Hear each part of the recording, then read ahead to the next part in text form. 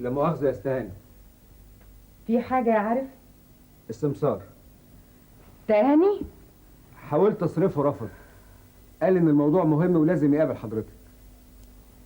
اهلا يا ست هانم، اهلا وسهلا. لينا زمان متشوقين نشوف حضرتك. ادخل في الموضوع على طول يا زهران. عندي زبون للبيت. من نوع زباينك اياهم؟ يا ست هانم انا كل الزباين اللي جبتهم قبل كده ما خدناش منهم غير وجع الدماغ. حاسس المرة دي ان الزبون ده هيشتري. ليه؟ لابس نظيف وراكب عربية جديدة نوفي. مش كفاية، كل الزباين اللي جبتهم قبل كده لابسين نظيف وراكبين عربيات. بس انا برضو متأكد ان زبون المرة دي شكل تاني. مع السلامة يا زهران. يا ست هانم اسمعيني بس للاخر. 5 سنين وانا بسمعك، كل مرة تجيب لي زبون يتفرج وبعدين يخرج يقول التمن غالي. عندهم حق. زهران يا احسان هانم البيت ما يساويش اكتر من 50,000، حضرتك طالبة 70. انا حر. طبعا حرة بس يعني. زهران سبق قلت لك مع السلامة. تبقي ناوية تخسري احسن زبون. مش انا اللي عرضت عليه البيت، امال مين اللي قال له؟ هو اللي شافه بنفسه ومعجب قوي. وقلت له على التمن؟ ايوه. ما قالش حاجة؟ قال. ورديت عليه بايه؟ بالكلمة اللي دايما اسمعها من حضرتك، انك بتبيع البيت بذكرياته. وطبعا استغرب. في الحقيقة ايوه، بس الظاهر الكلمة دي بالذات علقت معاه وبقى متلهف قوي قابل حضرتك.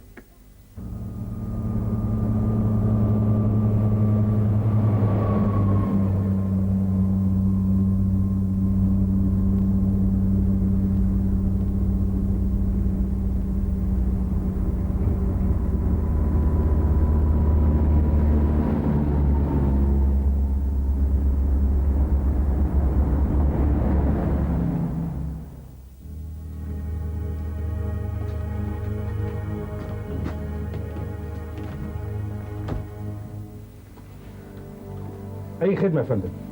اوضه من فضلك. بالسرير؟ ليه بالسرير؟ علشان سيادتك والهانم.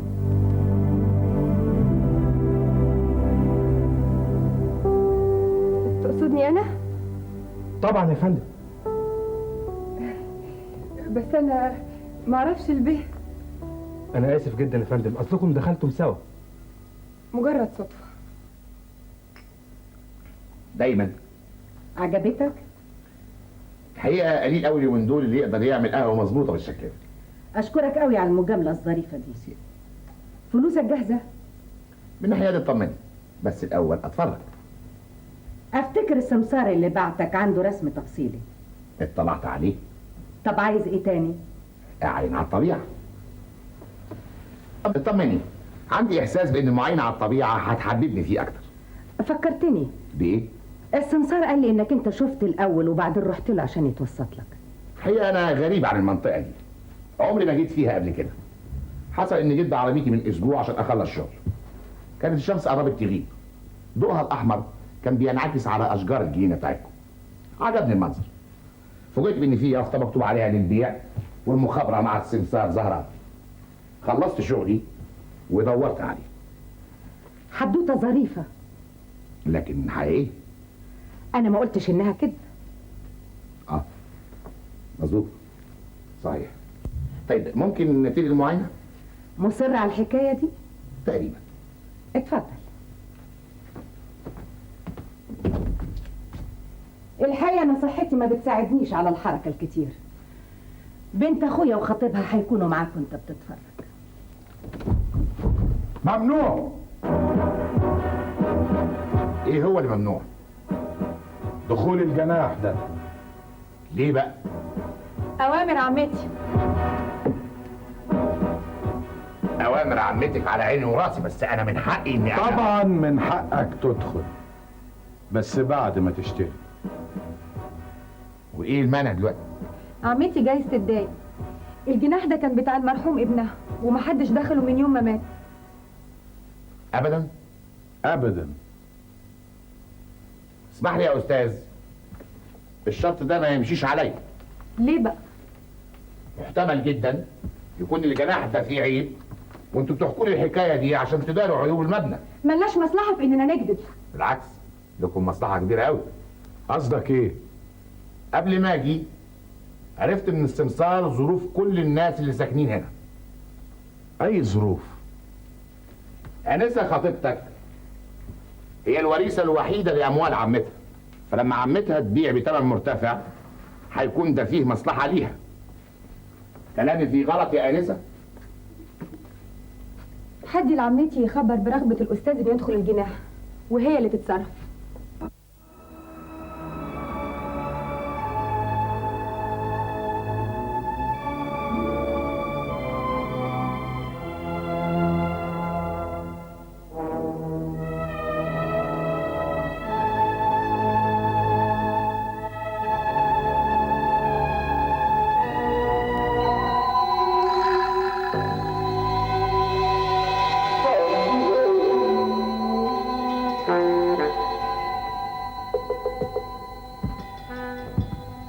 ده اللي انا كنت خايف منه. ايه في حاجه؟ في ترميم هنا، ترميم؟ وده معناه ان جايز ان يكون البيت قايل للسقوط. انت بتتوهم حاجات ما هيش حقيقيه. ازاي بس؟ الدهان هنا مختلف عن دهان بقيه الحيطه، وده اكبر دليل على انكم عملتوا فيه تصليحات قبل ما تعرضوه للبيع. لا ابدا، الحكايه مش كده. امال ايه؟ الحقيقه ما عنديش فكره. دي وانت اشتريت البيت ده قريب؟ ورثاه عن ابويا، اتولدت فيه، والمرحوم ابني كمان اتولد فيه. معنى كده انك عارفه كل حاجه عنه. الدهان الجديد ده ابني هو اللي عمله انت قبل ما يموت بيوم واحد. بالطبع ما كانش عندك فرصه تساليه عمل كده ليه؟ بكل اسف لا. الحاله دي محتمل تكون الحكايه بسيطه. قصدي جايز انه كان بيجرب لون عشان يدهن بيه بقيه الاوضه بعد كده. جايز. على العموم اطمئني، اذا حصل واشتريت هتكون للاوضه دي مكانه خاصه عني. باي مناسبه؟ الانسان مشاعر مشاعر واحاسيس. بس دي مشاعري واحاسيسي انا. دخلك ايه انت فيها عشان الاوضه دي تبقى عزيزه عليك؟ بيتهيألك يعني اللي بقول كده عشان تخفضي لي الثمن؟ مبدأ المساومه مرفوض. يبقى مفيش غير واحد مجنون يجي يشتري منك. بيت ما يساويش اكتر من 30 35 الف، ازاي بس تطلبي 70؟ كل واحد حر في ملكه. ايوه بس بالعقل. من فضلك احترم نفسك. انا غلطت؟ معنى كلامك ان انا انسانه مجنونه عشان بطلب السعر اللي يرضيني؟ انا متاسف بس انا قصدي. شاكر بيه، لآخر مرة بقول لك مبدأ المساومة مرفوض، وأنا مش هبيع البيت ده بأقل من 70,000 جنيه قرش واحد.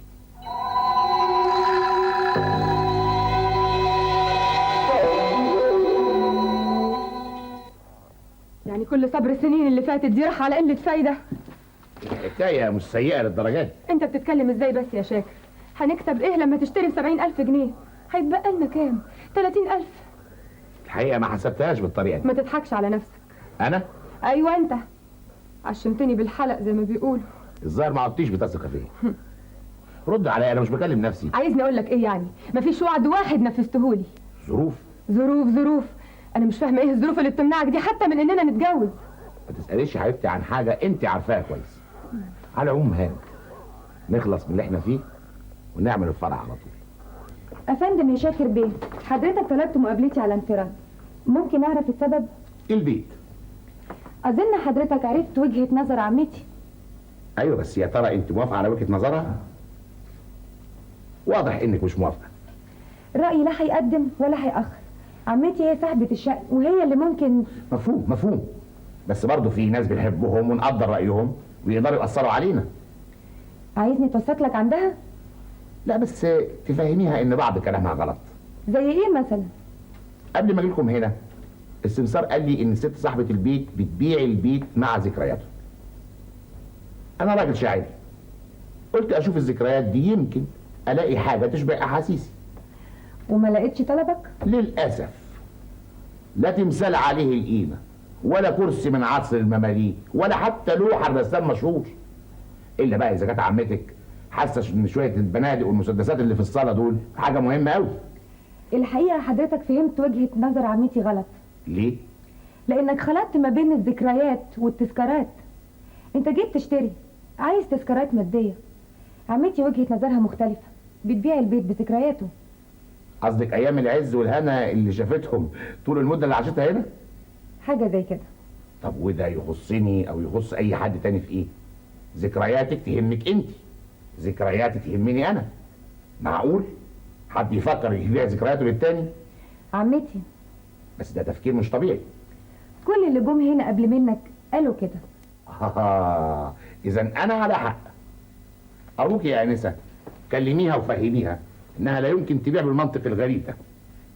ايوه لازم احسان هانم تخفض السعر كتير قوي عن المبلغ اللي هي طالباه. ولا جنيه واحد. يبقى حضرتك مش ناوية تبيعي بصحيح؟ انت اللي بتقولي كده يا سهى. المفروض انك تشجعيني اطلب اكتر، لان الفلوس دي كلها هتبقى ملكك في يوم من الايام. ما تهمنيش الفلوس، انا صعبان عليا حالك يا عمتي. وجودك هنا بيفكرك بالمرحوم عصام. لازم يا عمتي نمشي من هنا، كفايه عليكي ذكريات حزينه ومره طول ال5 سنين اللي فاتوا. قلبك عليا يعني؟ طبعا. لا مش طبعا. اي انسان اناني بطبعه بيدور على مصلحته، وانت مش ممكن يكون طبعك مختلف عن بقيه الناس. عمتي زعلتي؟ حبي ليكي نوع من الانانيه. انت اخر واحده تقربي لي في الدنيا، ما فاضلش من العيله كلها غيرك انت. متمسكه بيكي عشان ما احسش اني مقطوعه من شجره. لا يا عمتي لا، كده انت بتشوهي حبي ليكي وحبك ليا بالتفسير الفظيع ده. طب فهميني انت، مستعجله ليه على بيع البيت؟ ما انا لسه حالا قايله لحضرتك علشان. لا لا لا لا، ده مش السبب الحقيقي. انا كدابه يعني؟ انت بتدوري على مستقبلك. مستقبلي؟ ومستقبل خطيبك. مكتب الاستيراد والتصدير اللي فتحوا ميزانيته كلام فارغ، وانا وعدته اديله مبلغ من المال ينقذ بيه الموقف لما بيع البيت. وتفتكري حضرتك ان هو ده السبب اللي يخلينا نشجع حضرتك على انك تبيعي بسرعه؟ بالتاكيد. حضرتك بتظلمينا. ليه؟ عشان بقولك انك طماعه زي كل الناس؟ ده رأي حضرتك فيا؟ طبعا.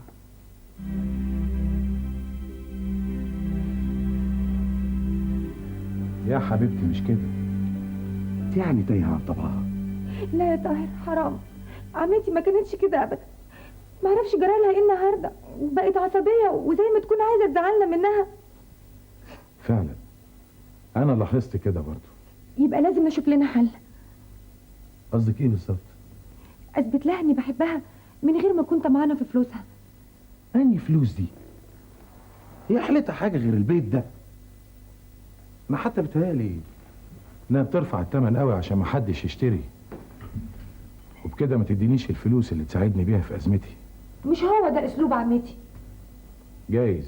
لا حقيقي. ثم دي عندها رصيد في البنك حوالي 100,000 جنيه. مستحيل، دي بقالها 5 سنين ما اشترتش فستان جديد، ما صلحتش كرسي واحد. شفت بعيني اختار جالها من البنك. امتى؟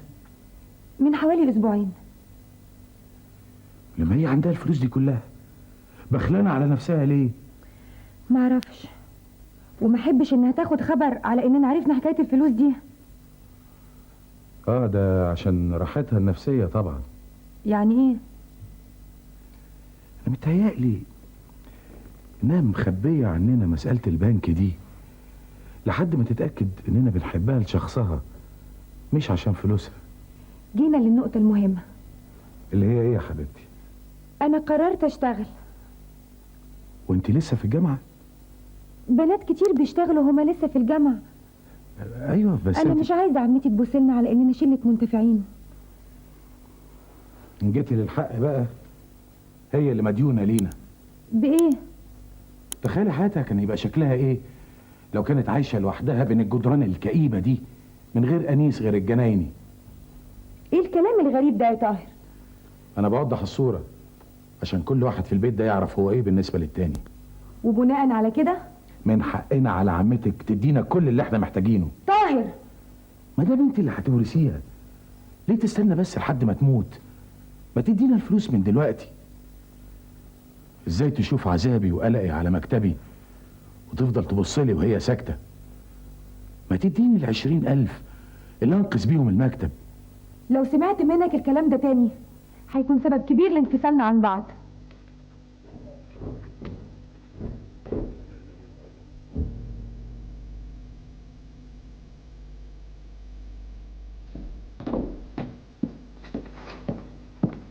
من فضلك خلوهم يرتبوا لي الاوضه على بال ما ارجع. حاضر يا فندم. على فكره في ناس واخدين بالهم من سيادتك قوي. نعم. ناس مين؟ لهناك.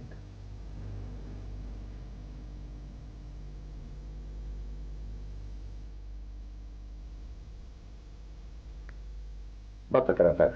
يا بيه صدقني، الظاهر الغلطه اللي انا غلطتها اول ما سيادتك جيت اللوكان ده هنا علقت مع الهانم فحطت عينيها على سيادتك. انت تعرف عنها حاجه؟ شفتها قبل كده؟ لا طبعا، اول يوم شفتها فيه هو يوم ما تهيألي انكم دخلتم اللوكان ده سوا. يبقى سيب الناس في حالها.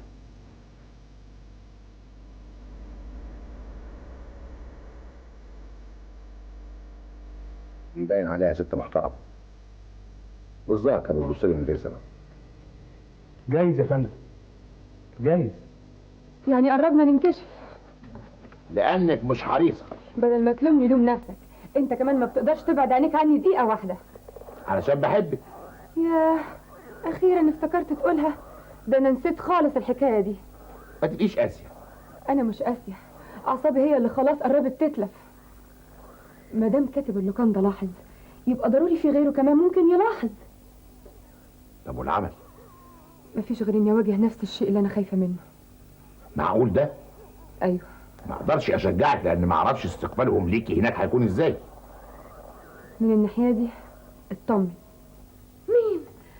زيزي، تعالي تعالي في حضني يا ريحة الغالي يا حبيبتي. وعمتك ضيفتها؟ سوت لها بنفسها الأوضة اللي هتقعد فيها. ليه، هي ناوية تقعد عندكم كتير؟ ما قالتش. امال جاية عاوزة ايه؟ بتقول انها اشتقت ليا ولعمتي ولعم عارف الجنايني. ده شيء ايه ده اللي يقعد مستخبي 5 سنين؟ اهو بقى، كل انسان وعنده ظروفه. ظروفه؟ اكيد انت طيبة وعلى نياتك. معنى كده انك عارف هي جايه ليه؟ عشان تاخد نصيبها من تمن بيع البيت طبعا. بس ده لسه ما حصلش حاجه. هيحصل. وافرض دي ملهاش اي حق عند عمتي. ده عشان يعني ما كانتش لسه اتجوزت المرحوم عصام. ولا حتى انكتب كتابها عليه، دول بس كانوا مخطوبين. ده تفكيرك انت. زيزي عارفة ان عمتك ضعيفة ناحية اي حاجة كانت تخص المرحوم، فقالت تدخل لها من المدخل ده لعل وعسى.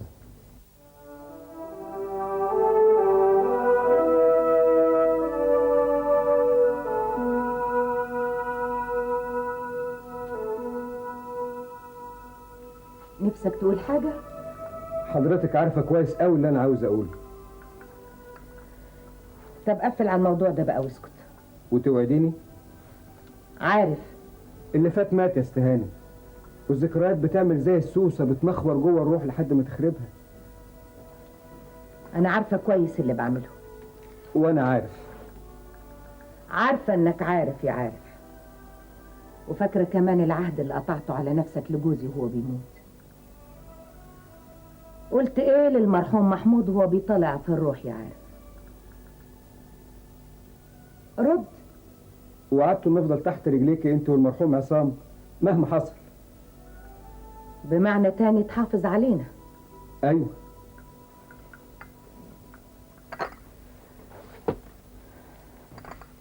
طب اهو عصام مات، اتقتل، ما حافظتش عليه ليه زي ما وعدت يا عارف؟ غصب عني. عارفة انه غصب عنك، لكن نفسي اسألك سؤال. انت جاي دلوقتي تقول لي ايه؟ جاي تتحلل من الوعد اللي وعدته للمرحوم وهو بيموت؟ لا، انا ضحي بعمري فدا لحضرتك، عشان كده لازم اقولك ان اللي بتعمليه ده غلط. مش غلط. غلط، والله العظيم غلط. ومع اني عارف انه غلط، انما لازم افضل تحت رجليك لحد الاخر. ده وعد وقطعته على نفسي ولازم اوفيه لحد ما تفوقي من الوهم اللي انت عايشه فيه. اهو سيادتك كده قلت الكلام المفيد. مجنونه يعني. مش بالظبط. الجنايني قعد يدردش معايا مره، قال لي انه جات لها حاله نفسيه بعد موت ابنها.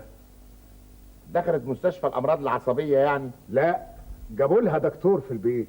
استمر معاها كتير؟ حوالي 5 شهور، ولما اتحسنت وبقت طبيعيه تاني طلب منها تبيع البيت عشان تبعد عن اي حاجه تفكرها. اهو دلوقتي بس فهمت ليه هي بتطلب سعر عالي. طب فهمنا انا كمان. الست دي مسكينه حيرانه ما بين رغبتين: تبيع البيت وتبعد عن ذكرياته، ولا تفضل عايشه مع الذكريات دي لحد ما تتجنن. حبت تحسم الاشكال، حسمته لصالح ابنها. قالت انها هتبيع البيت، في ذات الوقت طلبت سعر عالي لا يمكن حد يقبله، وده معناه ان البيت لا يمكن ينباع، وبناء عليه تفضل هي عايشه فيه. صدقني لو اقول لك اني ما فهمتش حاجه. مش ضروري تفهم، المهم تقبض العموله بتاعتك. امتى؟ لما سهى تقنعها. للاسف ما قدرتش. اول ما عرضت عليها الموضوع سمعتني كلام جارح قوي.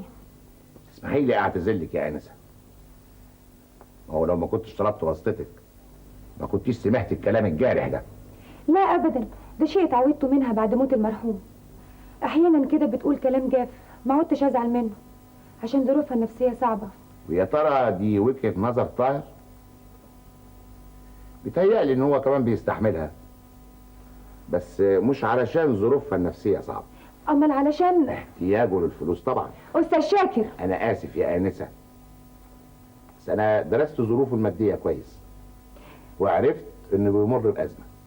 طب ودي تهمك في ايه بس؟ اللي يهمني ان طاهر ذكي وبيتصرف كويس قوي، بس يا خساره حظه مش ولا بد. كلمني بوضوح اكتر من فضلك. حاضر. رغبتي في شراء البيت ده جت في نفس الوقت اللي انا دخلت فيه المنطقه دي عشان ادرس ظروفها التجاريه. جايز اني اقدر افتح فرع لاعمالي هنا. برضه مش فاهمه. محتاج لمندوب او وكيل او حتى شريك يصرف اعمالي في الفرع ده. طب وايه علاقه طاهر برغبتك دي؟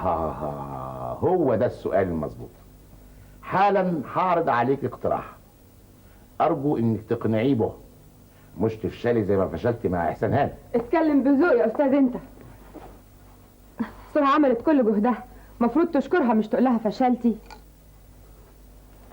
حضرتك مين؟ وده يهمك في حاجه؟ لا بس اصل سيادتك بتهاجميني وانا المفروض. زيزي خطيبة المرحوم ما كانتش تقصد كده اهو، وانا بعتذر عن اي سوء فهم حصل. نكمل الموضوع اللي كنا بنتكلم فيه، ويا ريت الانسه تشاركنا برايها.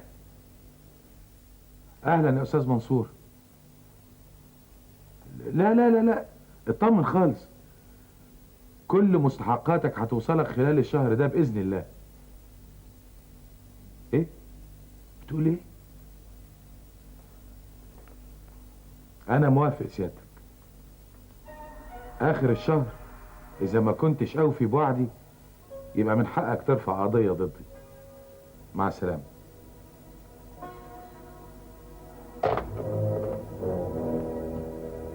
اهلا. ايه المفاجاه الظريفه دي؟ عندي اخبار كويسه بجد؟ بس مش هقولها لك الا اذا قلت لي على الاخبار الكويسه اللي عندك. انا بلاش مكر. انا لسه سامعاك وانت بتتكلم في التليفون وبتقول انك هتوفي بكل التزاماتك قبل اخر الشهر. ده مجرد كلام. طاهر هتبتدي تنصب على الناس ولا ايه؟ يا ستي ده مش نصب، بس انا عندي امل اقدر اقنع عمتك ما إنها- تكملش. يا ست اسمعيني للاخر. انا مش هاخد فلوسها سلف، انا هطلب منها تدخل شريكه معايا. واذا رفضت؟ ادعي لربنا بس انها توافق، لانها لو قالت لا هتقضي على المكتب ده وتقضي على مستقبلي. باذن الله ما يحصلش حاجه من دي. عندك حل؟ شاكر بيه ماله؟ ناوي يدخل معاك شريك. بجد؟ الظاهر ان فلوسه كتيرة قوي. ده انا هيبقى حظي كويس. لكن عرفت الحكايه دي ازاي؟ منه، وطلب مني افتحك في الموضوع، فاذا وافقتي. مفهوم. طب ليه ما كلمنيش انا؟ ليه طلب منك تتوسطي له عندي؟ صدفة، كان مكلفني اتوسط له عند عمتي، رفضت. الكلام جاب بعضه، كلمني اعرض عليك الاقتراح ده. وصدقتيه؟ وليه لا؟ اكيد الراجل ده نصاب نصاب؟ او معجب بيكي، طاهر. فقالك على الحكايه دي عشان يطويكي تحت جناحه. ما اعتقدش. خلاص، الميه تكدب الغطاس. ايوه، الميه تكدب الغطاس. شاكر بيسافر يرتب اموره، ولما يرجع هتشوف ان كلامه ده صح. انت ازاي تسمح لنفسك حد غريب يمدلك ايده؟ انا اللي المفروض اساعدك. ما احنا ياما اترجينا ولا حد سأل فينا. لاني ما معيش. برضه يصح ان ست كبيره زيك تكذب؟ طاهر، انت ازاي تسمح لنفسك تكلم عمتي كده؟ استني انت يا سهى، كدبت في ايه بقى يا سي طاهر؟ بتقولي ما معكيش فلوس، لكن رصيدك في البنك. انت عرفت؟ اسفه يا عمتي، انا اللي قلت له. انتي شفت الاختار بالصدفه ما تكمليش.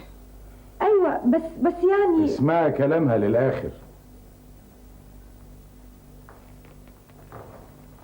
اظن دلوقتي تقدري تديني ال20,000. موافقه؟ لا. لا ليه؟ لاني ما عنديش. لسه بتقولي ما عندكيش؟ لسه؟ صدقوني سهى، انت اعز انسان عندي. يهمني مستقبلك ومستقبل خطيبك، بس الفلوس اللي في البنك دي ما تخصنيش، ملياش حق اصرف منهم. كلام غريب يا عمتي. بس لازم تصدقيها يا بنتي. معنى كده انك عارف اصل الحكايه انت كمان؟ انا قصدي اقول يعني. قول يا عم عارف، قول. الحقيقه يعني هو برضه. روح شوف شغلك يا عارف. حاضر يا استاذ.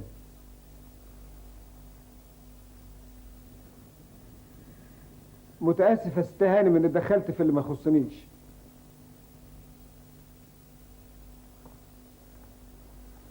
ايه المنطق المقلوب ده يا حسين هانم؟ الجناين يعرف اسرار ما تعرفهاش بنت اخوكي؟ لاني مش عايزاها تدخل في اشكالات. لا بقى، دي حجج مش اكتر. يا ترى ده رايك انت كمان يا سهى؟ الحقيقه يا عمتي انا ما كنتش انتظر كده منك. معنى كده انك هتكرهيني من هنا ورايح؟ لا طبعا، مهما حصل منك. طب اذا كنت لسه بتحبيني حاولي تقنعي خطيبك انه ما يقبلش فلوس من شاكر بيه، لاني بعد ما ابيع البيت. ببساطه يا عمتي عايزين اقول للغريق سيب طوق النجاه اللي في ايدك ده، لاني بعد 5 دقايق هكون دورت لك على طوق نجاه تاني. لا يا عمتي، الغريق لا يمكن يسيب اللي في ايده حتى ولو كان مجرد قشه. منور يا سعاده البيه. ايه الغيبه الطويله دي يا بيه؟ اسبوعين ما نشوفكش. واخيرا اديني جيت. عشان البيت ايه برضو؟ للاسف. للاسف. لما لقيت التمن غالي قلت اسافر وابعد الفكره دي عن دماغي، لكن ما قدرتش.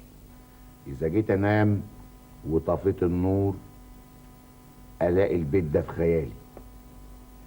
اذا ركبت العربيه الاقيه سادد الطريق قدامي. باختصار شاغل بالي ليل مع نهار. ده حضرتك بتتكلم عنه زي ما يكون شخص عزيز بتحبه. اكتر. كل انسان له نقطة ضعف. نقطة الضعف اللي عندي المكان ده. يبقى على خيرة الله نشتريهولك. انا هتصل باحسان هانم عشان ارتب لك ميعاد معاه. افتكر انه من حقي مهله اسبوع ولا 2 لحد ما اخلي المكان. ممكن اعرف حضرتك محتاجة المدة دي كلها ليه؟ لغايه ما ادور على سكن جديد. كمان ما تنساش ان تحضير الشنط والهدوم وكل الحاجات اللي ليها ذكرى عندي بتاخد وقت. انا بشتري البيت باساسه، فارجو ان حضرتك. اطمن، انا مش هاخد غير الحاجات اللي بتفكرني بالمرحوم. بس اتاكد الاول انك هتشتري. طبعا هشتري. يبقى لازم عربون. ايوه، الحقيقه كان لازم تحصل من اول ما دخلت. 2000 جنيه كفايه؟ مؤقتا.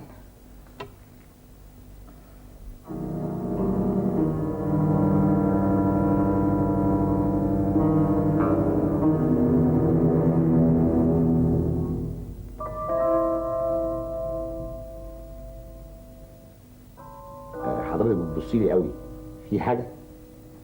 مش جايز اكون بشبه؟ لا لا، مش كده. امال ايه؟ دي نظره انتصار. انتصار؟ ايوه، ما تعودتش اشوفها في عينين حد الا اذا كان منتصر. طب ما انا انتصرت عليك. عشان بعتيلي يعني؟ اديك قلتها بنفسك. طب مش خايفه ارجع في كلامي؟ الفلوس قدامك اهي، تقدر تاخدها اذا كنت عاوز. انت ليه مش متحمسه للبيع؟ لاني كبرت. الحماس ده شيء يليق بالشبان، وعلى قد ما هو حاجه كويسه لكن في احيان كتيره بيخليهم يخطئوا. دي وجهه نظر شخصيه جدا. بالطبع. كانت اهم حاجه بتميز المرحوم حماسه. ايوه. انت كنت تعرفه؟ لا طبعا. امال وافقتني على طول ليه لما قلت لك ان المرحوم كان متحمس؟ لانه كان شاب، وسيادتك يا دوبك لسه بتقولي ان الحماس ده من طبع الشبان. بقيه المبلغ هيكون موجود امتى؟ بمجرد حضرتك ما تقولي انك مستعده للتسليم. معقول. بس اتصل بيك ازاي؟ انا همر يوميا على السمسار واعرف منه الاخبار. كويس، بس لاحظ حاجه مهمه. بقيه الثمن عايزاه نقدا مش بشيك. ايوه لكن من غير لكن. دي مساله غير قابله للمناقشه. وايه اللي مطلوب مني؟ تسيب شقتك. انا وعمتي وزيزي هنقعد فيها لحد ما نلاقي لنا شقه مناسبه. عشان خاطرك انت بس انا هعمل الحكايه دي ست ما عملتش لا معايا ولا معاكي اي جميل، ومع ذلك مطلوب مني اسيب لها شقتي واروح اقعد في لوكاندا. معلش استحمل، وما تنساش ان شاكر بينزل في الكندا هو كمان. وده معناه ايه؟ انزل في نفس اللوكاندا دي، وبكده يكون عندك فرصة تتناقش معاه حوالين العرض، يا يشاركك يا يسلفك 20,000. صح. طيب اول ما عمتك تخلص تجهيز شنطتها شقتي تحت امرها.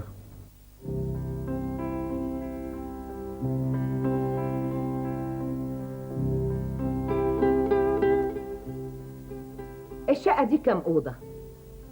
3. يعني صالون وسفره واوضه نوم واحده. ايوه. ده اللي توقعته. ايه بس اللي مش عاجبك في كده يا عمتي؟ اولا انا احب انام في اوضه لوحدي. ده مفهوم، وناوي افرش انا وزيزي في اوضه الصالون. يبقى باقي عارف الجنايني مش محتاجه حد يفكرني بانه الجناين. يعني ما عدلوش لازمه، شغله عند حضرتك كان مرتبط بوجود الجنينه. قصر الكلام عاوزني اطرده. ياخد مكافئته مع السلامه. لا، مش احسن هانم هي اللي تعمل كده. ايوه لكن انت هتذلني عشان هتسيب لي شقتك كام يوم؟ لا يا عمتي لا، براحتك. طبعا براحتها، ومفيش حد فينا يقدر يغصبها على حاجه ابدا. كل اللي انت عاوزاه اعمليه. المطبخ واسع، وما افتكرش ان عم عارف هيمانع ينام فيه لحد ما تلاقي شقه براحه عنديه. ومانع ليه بس؟ اهو كله تريح جنبه والسلام. الو، اهلا اهلا يا شاكر بيه. بتقول ايه؟ ايوه يا بيه، كله تمام التمام، ومنتظرين حضرتك تشرف في اي لحظه عشان نخلص بقى. وامتى ده هيحصل؟ اخر الاسبوع ده ان شاء الله. يعني بعد 5 ايام بالظبط. انت مش ملاحظ يا زهران ان شاكر بيه ده عمال يمطوح ويطول في المواعيد؟ الناس اعذار يا هانم. اعذار؟ شاكر بيه ده راجل اعمال، وضروري مشغول بصفقه مهمه هيخلصها ويجي لنا على طول. واذا ما جاش يا زهران؟ الغايب وحجته. حجته؟ لا لا لا، حجته دي ما تلزمنيش. اذا اتصل بيك تاني اكد عليه انه يجي في ميعاده، والا انا مش هبيع. سهى، جيت اطمن. على اللي عملته مع شاكر بيه؟ ان شاء الله يكون خير. خير، خلاص حطينا النقط فوق الحروف. ازاي يعني؟ ده اتضح انه عنده معرفة كويسة قوي بالاعمال المالية، زي ما يكون اشتغل قبل كده رئيس حسابات في شركة. معقولة شاكر بيه يبقى رئيس حسابات؟ ده راجل رومانتيكي خالص. انا بقول لك على احساسي. عموما ما يخصناش، المهم هيديك الفلوس ولا لا؟ طبعا بعد 10 ايام. وليه ما يكونش بكره ولا بعده؟ يعني مطالب انه يسلم عمتك بقية المبلغ في نهاية الاسبوع.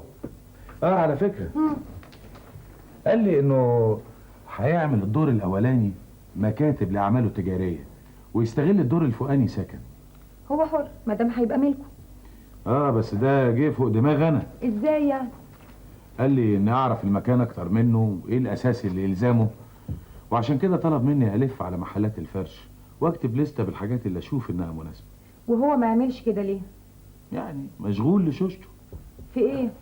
معرفش، انما كل ليلة يخرج من اللوكاندا حوالي الساعة 10 بالليل وما يرجعش الا متأخر، واذا صادف وشفته وهو راجع بلاقيه مرتبك، زي ما يكون في حاجة تعباه او شيء متوقع انه يحصل وما بيحصلش. تضحكي؟ وليه لا؟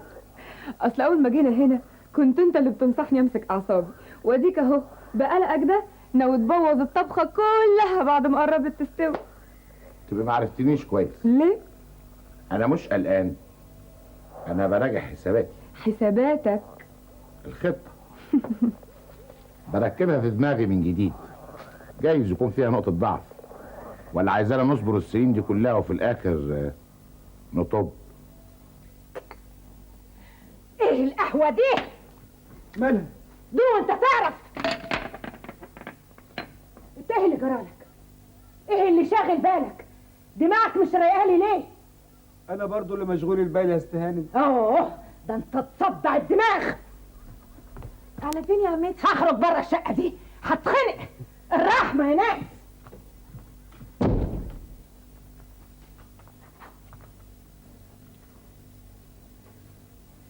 معلش اعذرها.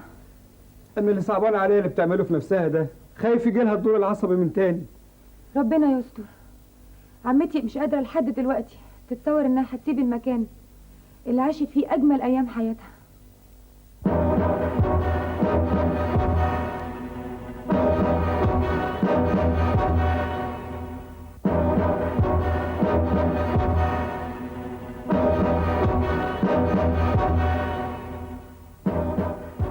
سهى، ممكن تطلبي لي طاهر بالتليفون؟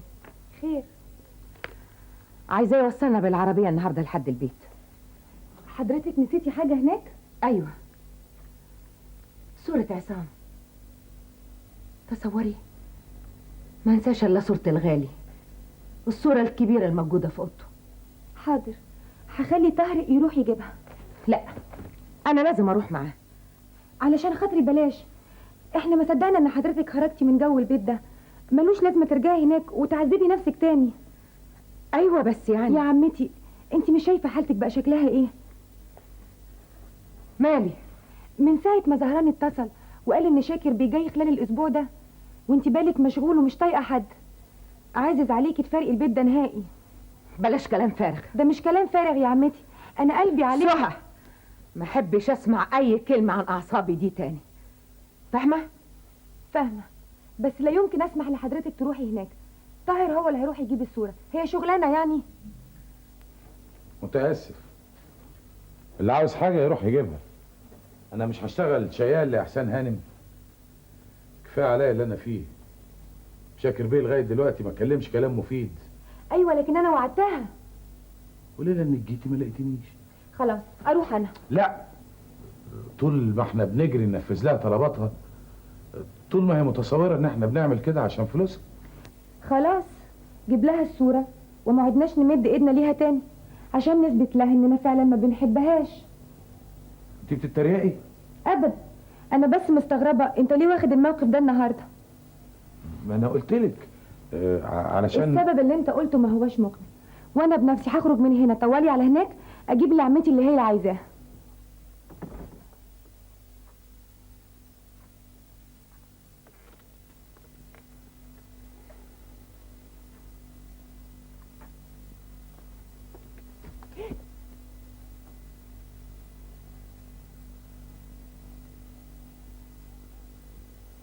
ودي جيت هنا ازاي؟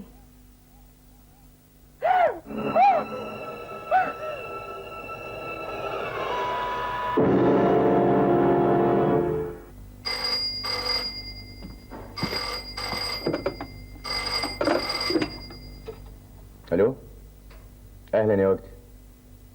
بتقول ايه؟ طيب اسبقني انت على هناك، اديني العنوان وانا هخلص اللي في ايدي واحصلك.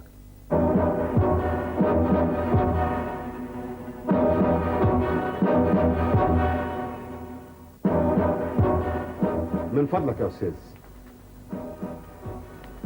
ممنوع تلمس اي حاجه هنا الا بعد ما ننتهي من اجراءاتنا.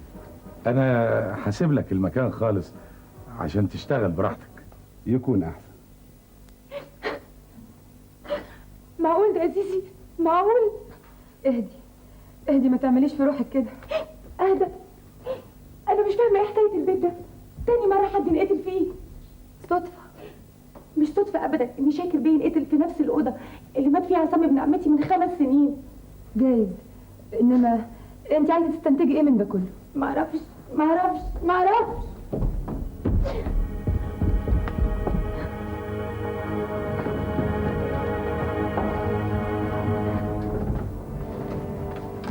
هو الاستاذ طاهر مش موجود؟ لا. الست هانم عايزاه. هي فائت؟ ايوه. يبقى لازم نروح انا وسهى نطمن عليها. قومي يا سهى. اسف، الست هانم عايزه الاستاذ طاهر لوحده. ليه؟ معرفش. يا خبر بفلوس.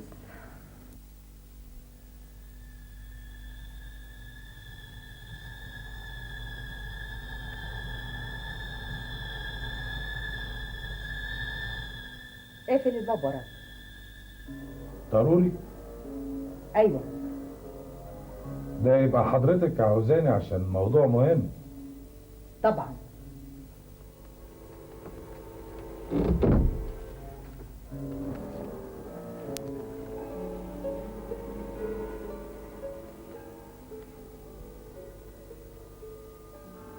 اقعد. مش لما اعرف الاول انت عاوزاني ليه؟ لما اطلب منك تقعد يبقى لازم تقعد. حاضر.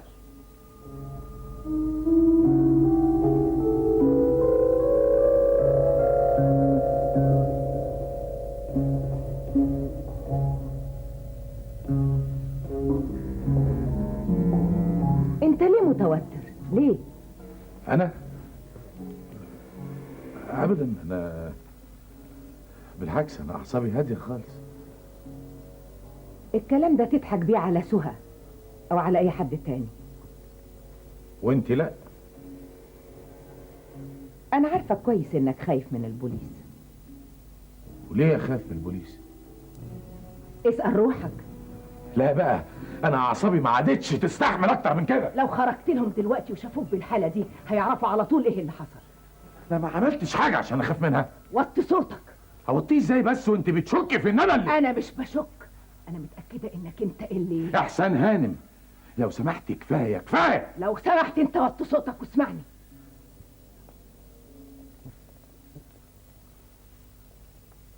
نعم.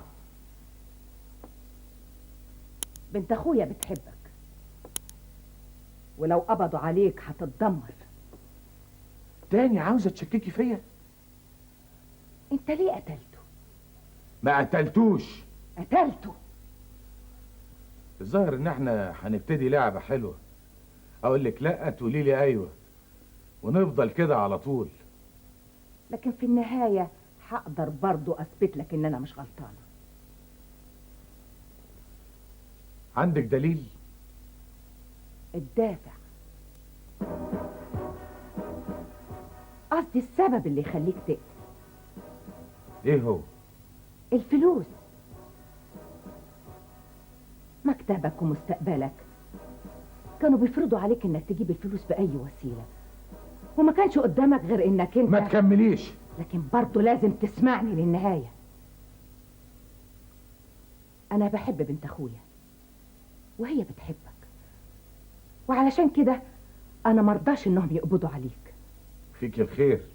لو اشتبعوا فيك وقالوا لك جبت الفلوس اللي حسنت بيها وضع مكتبك منين، تقدر تقول لهم إنك أنت خدتها مني. انت بتقولي ايه؟ انا لسه مكتبي لغايه دلوقتي مهدد بالافلاس، ومع ذلك انا لا يمكن اقبل منك او من غيرك انه يوجه لي تهمه فظيعه بالشكل ده. ولما هي فظيعة عملتها ليه؟ احسن هان. سهى بنت اخويا راحت لك وكلفتك انك انت تروح تجيب الصورة من البيت، ليه رفضت وسبتها تيجي لوحدها؟ طبعا عشان عارف ان في جريمة حصلت، في جثة في انتظار اللي يكتشفها. انت بتقولي ايه؟ بتقولي ايه؟ بواجهك بالدليل اللي انا وانت بس اللي نعرفه، واللي لا يمكن تنكره لو البوليس واجهك بيه.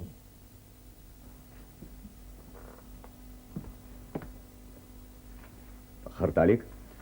لا ابدا، يا دوب لسه منتهي من المعاينه. والجثه؟ نقلناها المشرحه. الحقيقه كنت افضل اشوفها في مكانها. المهم، ايه المعلومات اللي اتجمعت عندك؟ الحقيقه مش كتير. مجموعه كبيره من عيدان الكبريت اتحرقت، شمعه قربت تنتهي، بندقيه ناقصه طلقه، اثار احتكاك جسم بسور البلكونه. والبصمات؟ الخبير جه رفعها وان شاء الله يبعت لنا تقريره في اسرع وقت. كويس. سألت حد من سكان البيت؟ لا لسه. ولا حتى اللي بلغ عن الجريمة؟ كنت ناوي اعمل كده بعد ما اخلص معاينه. لا سيب لي الحكاية دي عليا. كمل انت شغلك.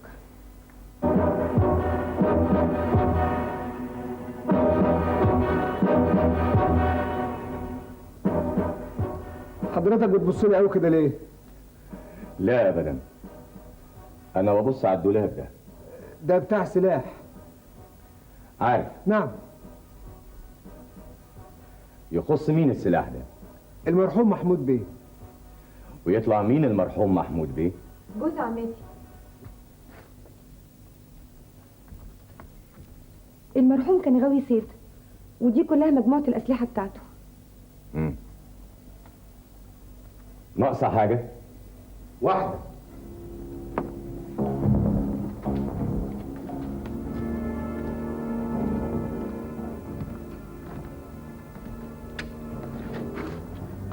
المجموعه دي ناقصه البندقيه اللي استخدمها الجاني في تنفيذ جريمته.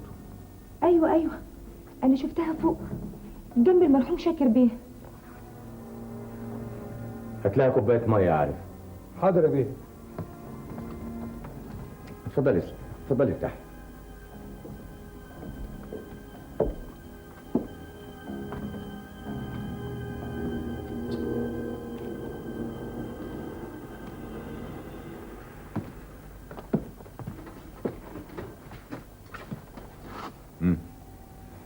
خلصت؟ ايوه. كويس ان لقيت الانسه هنا مع حضرتك، لاني محتاج لها في سؤال مهم. أمرك.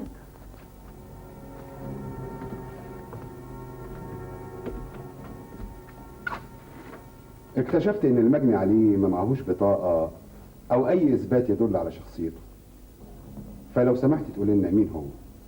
كان اسمه شاكر. شاكر ايه وساكن فين وايه هي مهنته؟ للأسف ما عنديش أي فكرة عن الحاجات دي.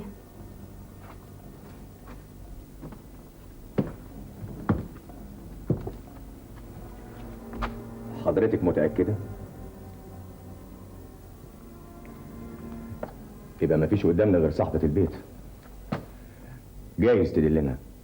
كان بودي، لكن علاقتي بالمرحوم كانت سطحية، مجرد واحد كان جاي يشتري مني، ما تكلمناش في المسائل الشخصية. يا خسارة، مهمتنا بالشكل ده هتبقى صعب جدا. القاتل مجهول الشخصية ده يبقى شيء طبيعي، لكن المجني عليه يبقى مجهول الشخصية كمان، ده يبقى مش طبيعي أبدا. بس انا مالياش ذنب. انا عارف ان حضرتك مالكيش ذنب، لكن برضه ممكن تساعدينا. ازاي؟ يعني باعتبارك صاحبة البيت اللي حصلت فيه الحادثة، مين ممكن يبقى المجرم؟ مش عارفه. طبعا انت مش عارفة، لكن انا بسألك عن احتمالاتك. قصدي يعني مين ممكن يبقى المشبوه من وجهة نظرك؟ يا ريت كان ليا وجهة نظر، لكن الحادثة اللي حصلت شتتت تفكيري وخلتني أفكر في اللي فات. وايه هو اللي فات؟ ابني عصام الله يرحمه ما كانش عندي غيره، مات في نفس الأوضة اللي... ادخل.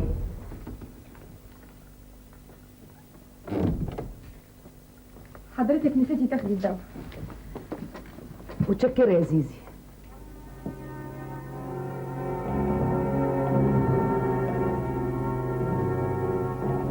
لحظة من فضلك،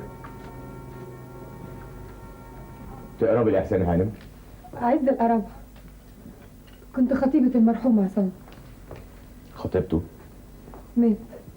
مات قبل الميعاد اللي كنا محددينه للدخلة وكتب الكتاب بحوالي شهر.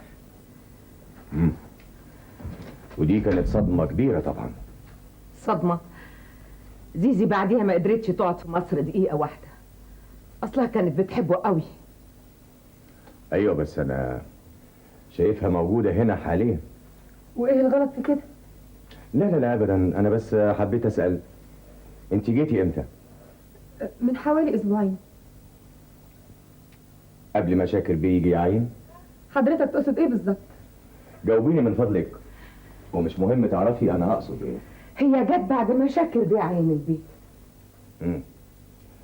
يعني ممكن اسأل سؤال؟ ايه اللي خلاكي تيجي هنا البيت بعد غياب 5 سنين؟ الظاهر ان حضرتك بتفكر في حاجة معينة. بوضوح شديد بفكر في احتمال مش في مصلحتك. سيادة المفتش، ما تتخضيش كده يا ماما احسان. ليه حضرتك بتوجه لي اتهام خطير زي ده؟ لان الحقيقة مش لاقي اي مبرر مقنع لرجوعك بعد الغيبة الطويلة دي. السبب مش كفاية الاتهام، ثم اني ما فرقتش شقة الاستاذ طاهر ساعة الحادثة. عندك حد يشهد بكده؟ ما افتكرش. يعني لكن ماما احسان وعم عارف وسهى يشهدوا بانهم لما خرجوا من الشقة انا كنت فيها، ولما رجعوا لقيوني برضو فيها. ايوه بس محتمل قوي تكوني خرجتي ورجعتي قبل هم ما يرجعوا. كفاية كده، كفاية. احسان هانم ارجوكي، ايه رايك في الاحتمال اللي انا بقوله؟ ممكن جدا ومش مستحيل، بس اللي حصل فعلا اني ما خرجتش من الشقة. واذا كنت حضرتك عندك شك في كلامي دور لك على شهود يكذبوني. في دي عندك حق، بس برضه ممكن. يا حضرة انت بالطريقة دي بتضيع وقتك. ضيع وقتي ليه يا احسان هانم؟ زهران السمسار هو اللي جاب شاكر بيه، وهو اللي عارف كل المعلومات وممكن يدلكم على اي حاجة عايزينها عنه. يا ريت يا سعادة البيه ما كانش يتعز. اتكلم عادل يا زهران، انا مش جاي اشتري منك ترمس علشان تقول لي ما كانش يتعز. امال اقول ايه بس يا بيه؟ ده انا في ربكه ما حصلتش. ايه خايف؟ قوي قوي. ليه؟ العيار اللي ما يصيبش يدوش، وانا راجل ارزقي من حق اخاف على سمعتي وسمعه المكتب. ليه هو المجني عليه اتقتل هنا؟ فلا الله ولا فالك. امال خايف ليه بس؟ اقول لك انا. ايوه يا بيه ريحني. للاسف مش هترتاح. ليه بس يا بيه؟ كفل الشر. عشان انت اللي قتلت المجني عليه. يا الطف الله. بطل بقى يا بيه، حرام. يا سلام. ما هو كمان مش معقول ترمي تهمه زي دي عليا من غير دليل. دليل موجود. ايه هو؟ فلوس المجني عليه. ال 68,000 جنيه. اديك حاسبها اهو. ما هو قال لي انه ادى الست احسان 2000 عربون وباقي لها 68. قلت انت تاخدهم. اخد ايه واعمل ايه بس يا بيه؟ الله، ده حضرتك بتتكلم كلام تهويش. زهران بقى حضرتك تزعل من كلام الهايف ومش عايز نزعل لما تتهمني. طبعا من حقك تزعل، بس بشرط تكون بريء. طبعا بريء. ما اعتقدش. انت اللي قتلت المجني عليه، وهقول لك ازاي.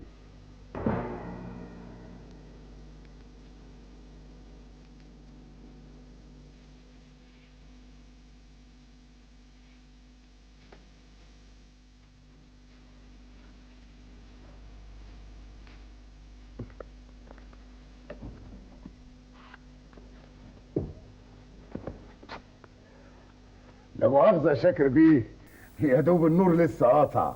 يبقى نأجل تسليم الثمن لإحسان هانم لغاية الصبح. هو أنت جبت الفلوس معاك؟ أيوه. خلاص براحتك يا سعادة البيه، بس برضه واجب نسلم على إحسان هانم ونقول لها إننا أجلنا لبكرة. هي فين دلوقتي؟ منتظراك في جناح المرحوم ابنها. طب يلا نطلع لها عشان ما نضيعش وقت. اتفضل يا بيه.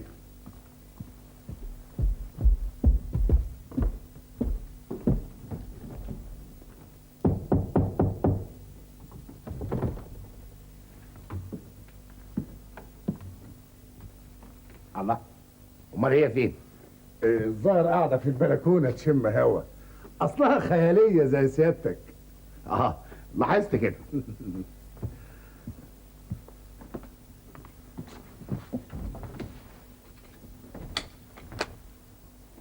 الله، ايه ده يا زهران؟ مش عارف.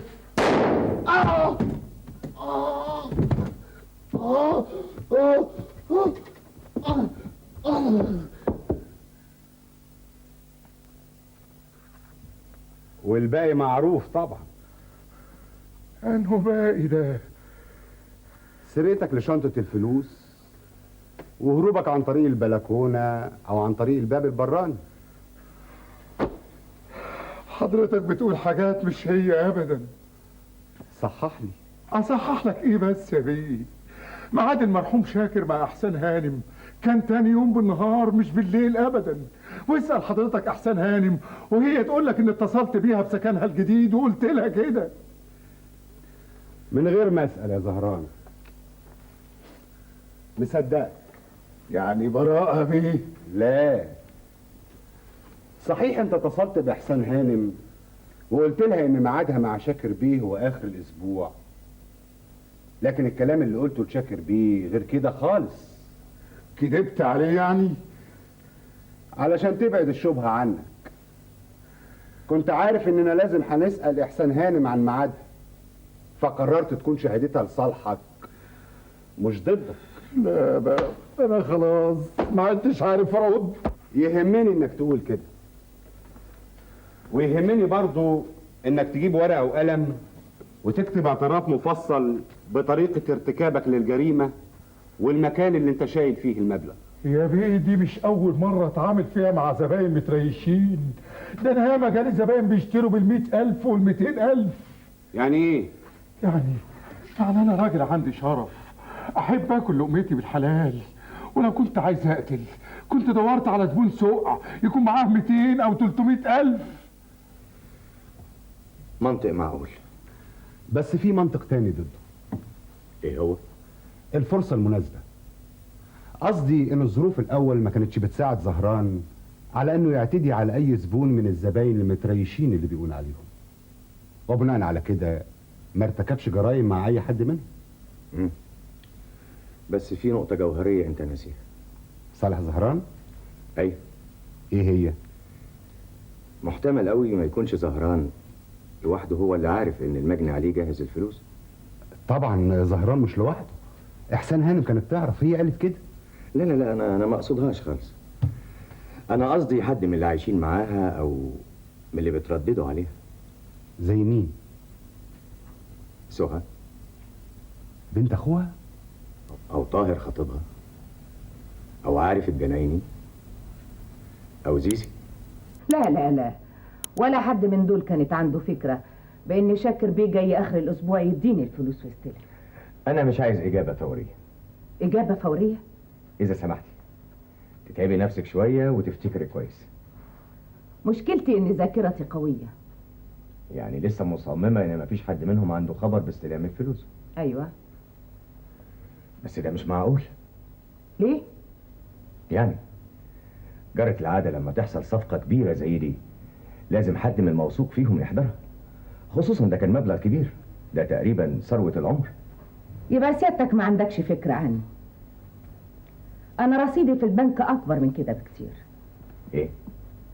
مش عايز تصدق؟ بلاش. أنا داخلة أوضتي عشان أنام. ايوه بس احنا لسه ما كملناش. بعدين احسان هانم. الصباح رباح يا مصطفى بيه. احسان هانم، احنا بنحقق في جريمه قتل. متأسفة قوي يا مصطفى بيه، صحتي ما بتساعدنيش على السهر. اتعودت من سنين طويلة إن أنا أدخل أوضتي الساعة 10 بالدقيقة.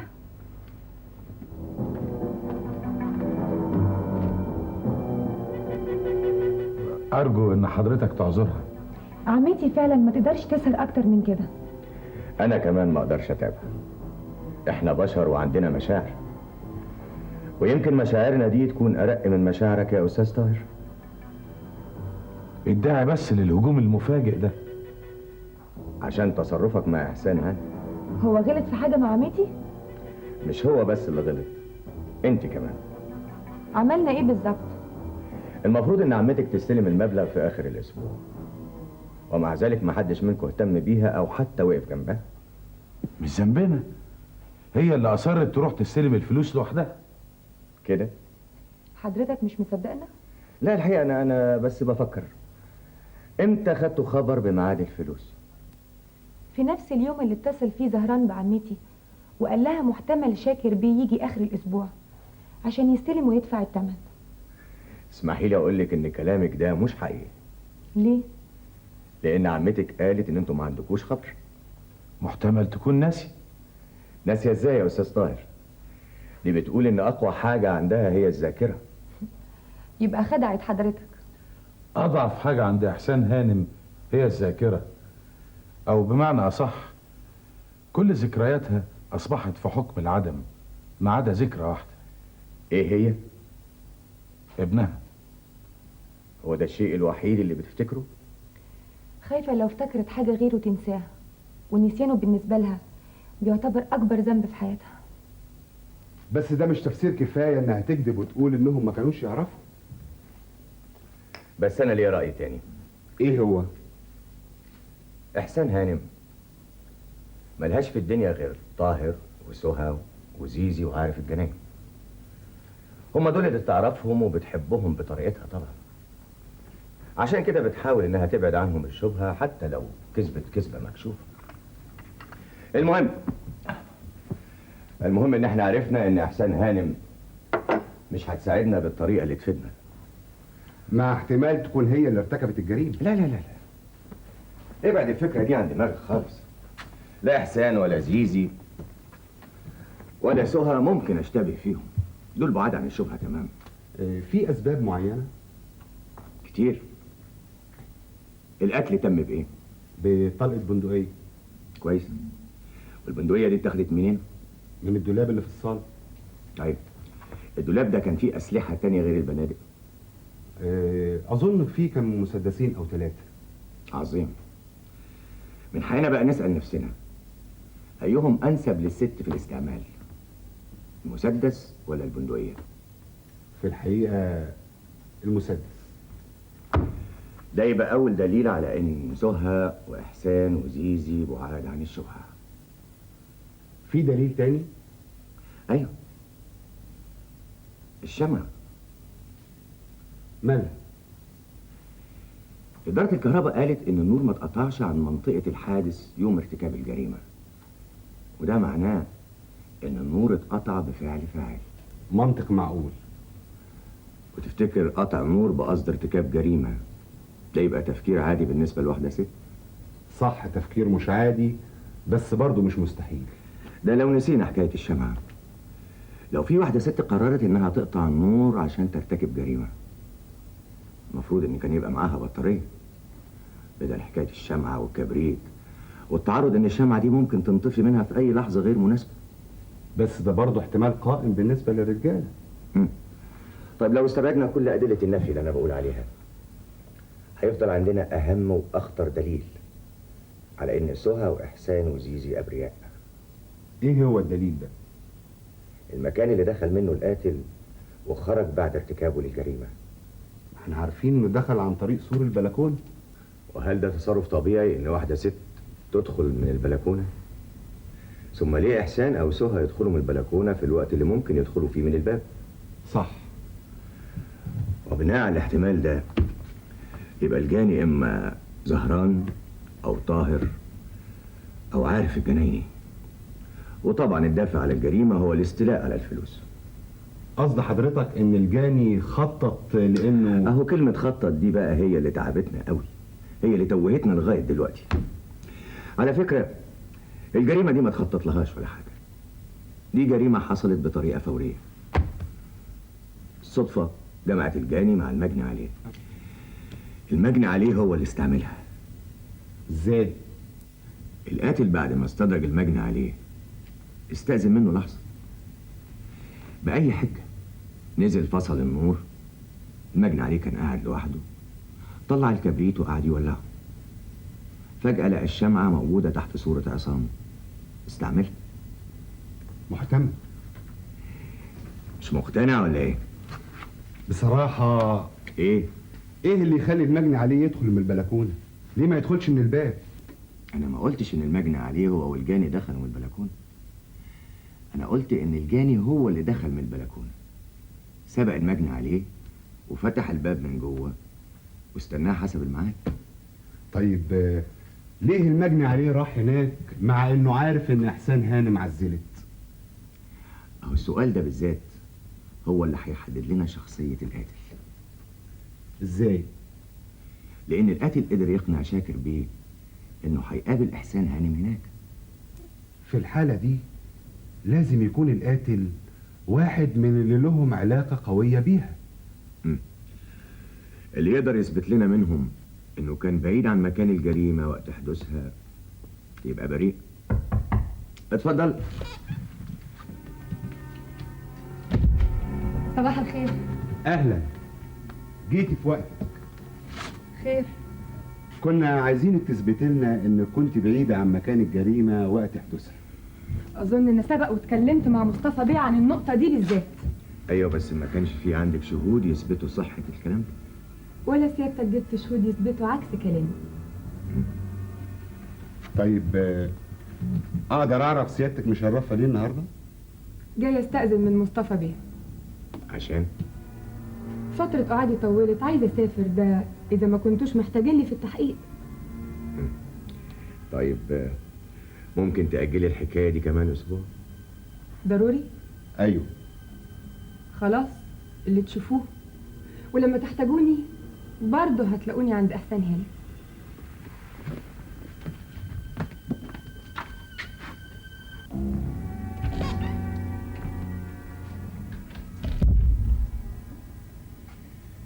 مش ملاحظ ان تصرفها ده غير طبيعي؟ ايوه، كان لازم تصمم على السفر وتديني عنوانها، ولما نحتاج لها نبعت لها. طب وايه اللي تستنتجه من كده؟ اكيد في سر. ده برضو اللي انا فكرت فيه. المهم نشوف بقية الشهود وهم كانوا فين ليلة الحادث، وبعد كده نشوف حكاية ست زيزي دي. انا مش فاهم سيادتك عايز تقول ايه بجد؟ فضك بقى من شغل ال3 ورقات ده لانه مش هيفيدك. لكن انا يا بيه كنت فين ليلة الحادثة؟ ما بين الساعة 10 و12 بالليل. ما هو قلت لك حضرتك مش هتصدقني. علشان ناوي تكذب؟ لا لا ابدا، انا اصلي راجل كبرت خلاص، مطرح ما احس بالتعب انام. ونومك داخله ايه بموضوعنا؟ ما هو انا اصلي كنت نايم في الوقت اللي حضرتك بتقول عليه. في حد يشهد بكده؟ لا. يبقى كلامك مشكوك فيه. يا بيه انا قلت لحضرتك مطرح ما احس بالتعب انام، وليلتها انا نمت على الكورنيش. نعم. اصل لقيت نفسي لوحدي انا والست زيزي ليلتها في شقة الاستاذ طاهر. كانت الست هانم الكبيرة خرجت والست سهى ما كانتش لسه رجعت من عند الخياطة. زهقت من القعدة، قلت تخرج تشم شوية هوا على بال ما هم يرجعوا من بره. صح يا بيه، النيل اصله قريب من شقة الاستاذ طاهر. اتمشيت وصلت الدكة تحت شجرة، قعدت، الهوا لطشني، نمت. وعايزنا نصدق الكلام الفارغ ده؟ لازم تصدقوا يا بيه، ده انا راجل كبير والكذب عيب على اللي زي حالاتي. والاكل مش عيب؟ وقتله ليه بس يا بيه؟ علشان الكنز اللي في الشنطة. يا بيه يا بيه، ده انا باخد شهرية كويسة من الست هانم الكبيرة، وباكل وبشرب عندها. ده انا حتى محوش يجي 200 جنيه شايلهم لزوم خرجتي لما ربنا يفتكرني. امال ايه؟ لازم الواحد يعمل حساب اليوم ده. ما انت سألتني مرة يا بيه. وتهيألك بعدها انك خلاص نفدت من ايدينا. عشان انا بريء. مدام بريء يا زهران، قول لنا كنت فين ليلة الحادثة؟ مش فاكر. رد كويس يا زهران. قضيت ليلة الحادثة فين؟ رحت اصيد سمك. اصل دي غيتي، اخد الصنارة والطعم واطلع بالليل في حتة خالية كده على النيل. بتعرف تصيد كويس يا زهران؟ اسطى بريمو.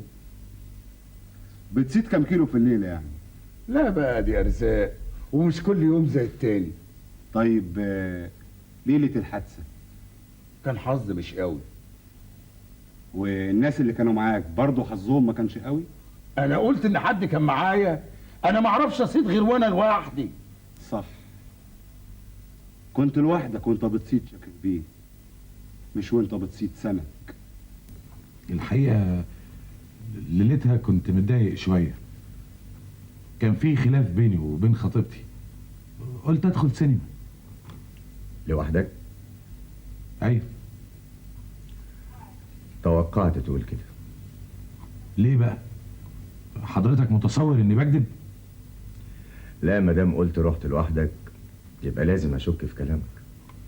وانا كمان ما كنتش اعرف ان في جريمة قتل هتحصل ليلتها عشان اروح اشاهد الناس اني كنت بعيد عن القتيل وقت ما ضرب الرصاص. لا ما حدش طلب منك انك تعمل كده، بس في ادله كتير ضدك. اولا ثبت لنا انك انت نزلت في نفس اللوكاندا اللي نزل فيها المجني عليه. ايوه حصل. وعرفت منين؟ شفته. اتكلمت معاه؟ ما كانش عندي وقت، كنت رايح لواحد من الديانة عشان اتفاهم معاه.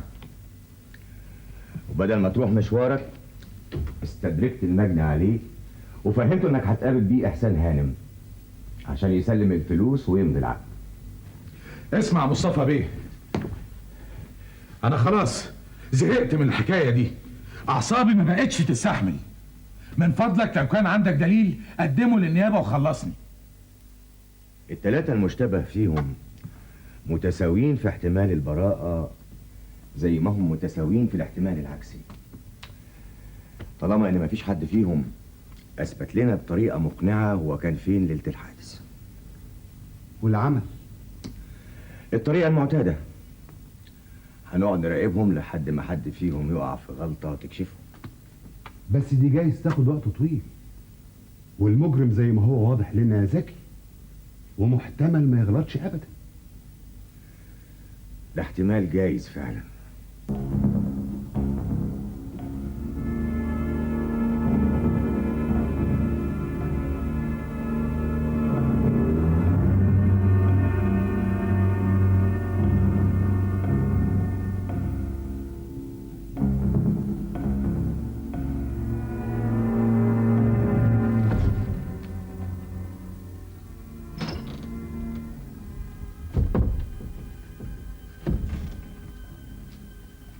متأسف يا بيه، حضرتك هنا بقالك كام ساعة، اتهيألي انك جايز تكون محتاج فنجان قهوة.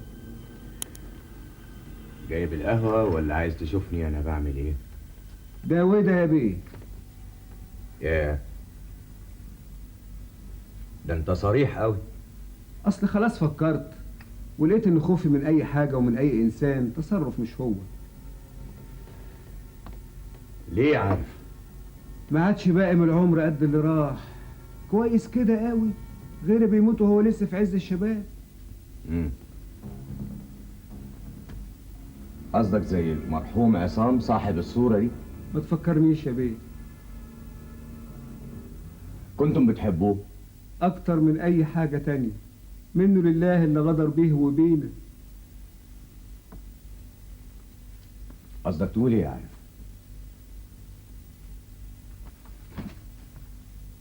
هو مات مقتول؟ ما تفكرنيش. انا اسف بس لازم اعرف.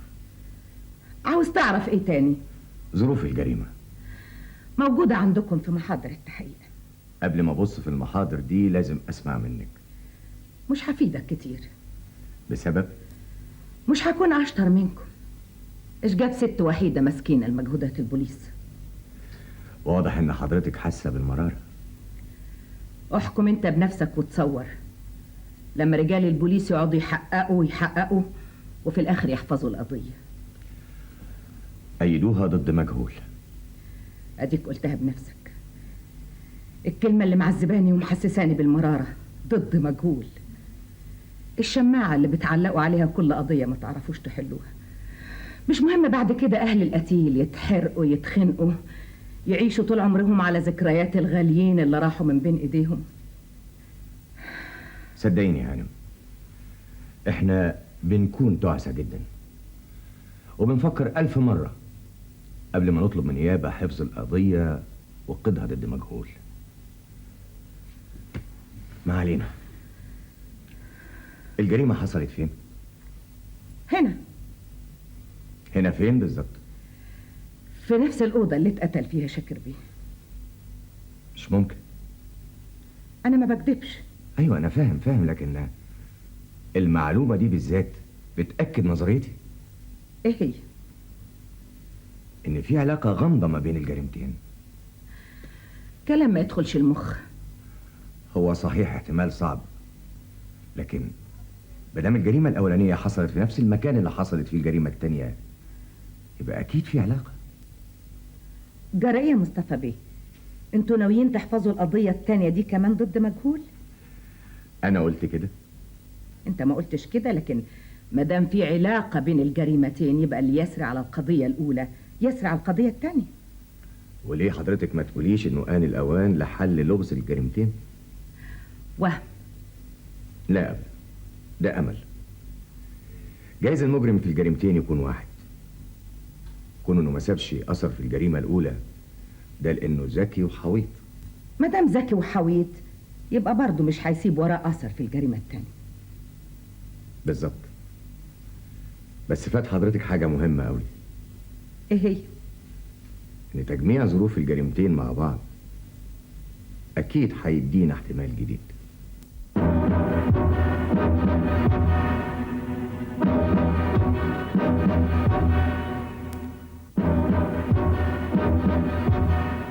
احنا لازم نمشي مع الخيط من أوله.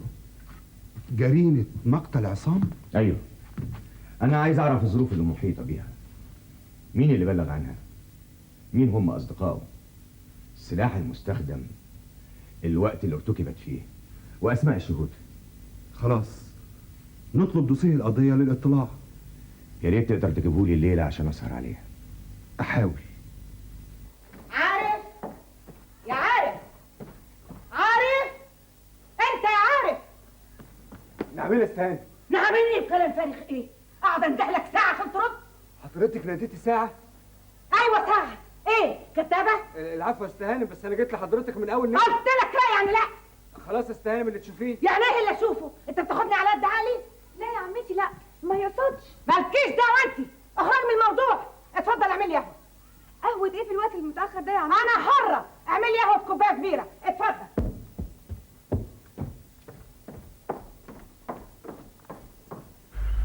صعبان عليا حالها. انا خايفة ترجع لها الأزمة تاني. دي كانت تبقى كارثة. ايوه بس نمنعها ازاي؟ ده لو جالها انهيار عصبي المرة دي يا هتتجنن يا تروح فيها. انا كمان ابتديت اتضايق من الظروف دي. حاسة اننا لازم نمشي من هنا. نروح فين بس؟ اسكندرية، بورسعيد، مرسى مطروح، اي حتة. موت شاكر في نفس الأوضة فكرنا بالمرحوم عصام، عشان كده لازم نبعد عن هنا. فكرة، هكلمها فيها واشوف رأيها ايه. مش موافقة. بس يا عمتي انا قلت لا يعني لا. واحنا كمان لا يمكن نسيبك في الحالة دي. احفظ لسانك يا عارف عيب. وعيب قوي برضه نشوفك بتقرف نفسك كده من غير ما نمدلك ايدينا. وبعدين معاكوا بقى. انا لا يمكن هسيب البيت ده الا اذا عرفت البوليس هيحط ايده على القاتل ولا هيحفظ القضية ضد مجهول.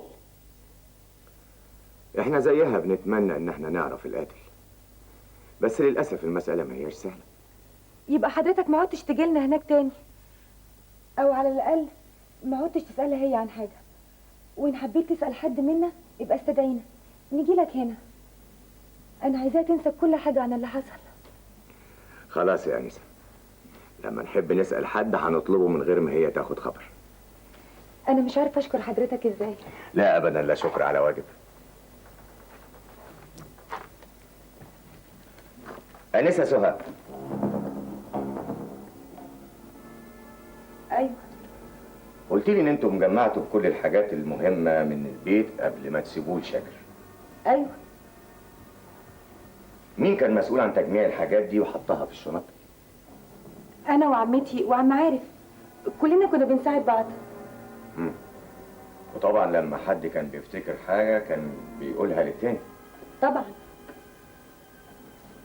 أمال إزاي نسيتم صورة المرحوم عصام؟ نسيناها؟ ولما افتكرتوها رجعت البيت علشان تجيبيها فاكتشفتي جريمة القتل. الحقيقه انا مش عارفه اقول لحضرتك ايه، اصل كلنا كنا ملخومين واحنا بنجمع الحاجات المهمه. ومع ذلك نسيتم أهم حاجة عندها. مش غريبة شوية؟ تسمح لي امشي؟ اتفضلي.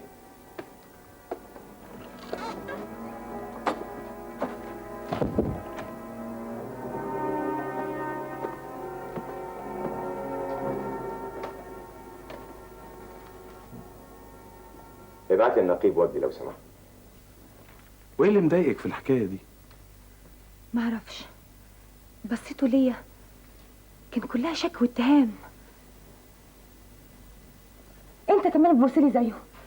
انا ما قتلتش شاكر بيه، ما قتلتوش. ما اعتقدش انك هتلاقي اللي بندور عليه. أول مرة أشوفك باليأس ده يا وجدي. لان عملت كل اللي اقدر عليه. الجريمه دي من النوع اللي بيسموه جرائم كامله. أيوه، القاتل فيها قعد يخطط ويدبر يمكن شهر 2 سنة. كل التفاصيل الصغيرة عمل حسابها، حتى الآثار اللي سابها وراه كلها مضللة بتوصلنا لطريق مسدود. يبقى مفيش داعي نطول في الحكايه دي اكتر من كده. نطلب قيدها ضد مجهول ونتفرغ لغيرها. حتى لو كنت انت دلوقتي حطيت ايدك على اخطر نقطة في القضية. ازاي؟ احنا مش اتفقنا ان الجريمة دي اتخطط لها من مدة طويلة، يمكن شهر 2 سنة؟ يعني مش جريمه فوريه زي ما احنا متصورين. وهي دي اخطر نقطة في القضية. وفي الحالة دي حقنا نسأل، لما الجريمة دي اتخطط لها من مدة طويلة، فهل هي صدفة ان المجني عليه يموت في المكان ده بالذات؟ ولا دي من ضمن الخطة اللي قعد القاتل يدبر لها مدة طويلة؟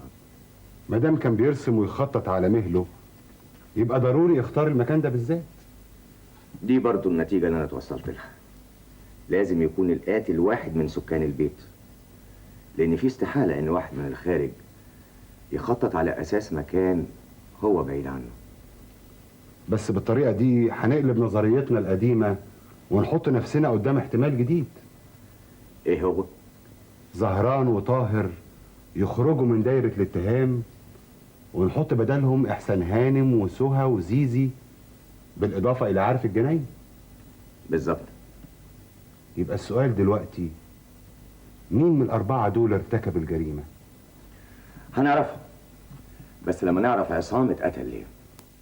ما انا جبت لسيادتك دوسيه القضيه. ايوه، ما انا قريته مره واثنين وثلاثه، لكن للاسف مش مذكور فيه الدافع للقتل. معقول المحقق ينسى نقطه مهمه زي دي؟ لا ابدا. المحقق سأل احسان هانم وعارف الجنايني عن النقطه دي بالذات اكتر من مره، لكنهم انكروا معرفتهم باي اعداء او دوافع تخلي حد يقتل عصام. وعلى كده اتحفظت القضيه ضد مجهول. طبعا، لان احسان هانم والجنايني بتاعها رفضوا اتهام اي حد. كمان كانت اجابتهم على الاسئله التانيه اجابات غير مقنعه. ازاي؟ يعني حاولوا يصوروا عصام على انه ملاك، كل تصرفاته مثاليه، ما بيغلطش ابدا. وانا شايف مبالغه في الكلام ده. زي ما يكونوا بيداروا على سمعة سيئة أو تصرف خاطئ صدر من عصام. جايز. دي حقيقة معروفة في علم النفس. المبالغة في إنكار شيء معناه إن الشيء ده حقيقي. وأنا بقى لازم أعرف الحكاية دي بالذات. ابني كان أشرف من الشرف. قول لي يا عارف، قول لي البي أنا ربيت المرحوم عصام تربية شكلها إيه؟ كل الناس بتربي أولادها تربية كويسة، إنما ما تنرفزنيش أكتر من كده، كفاية عليا اللي أنا فيه. أنا مش ناقصة.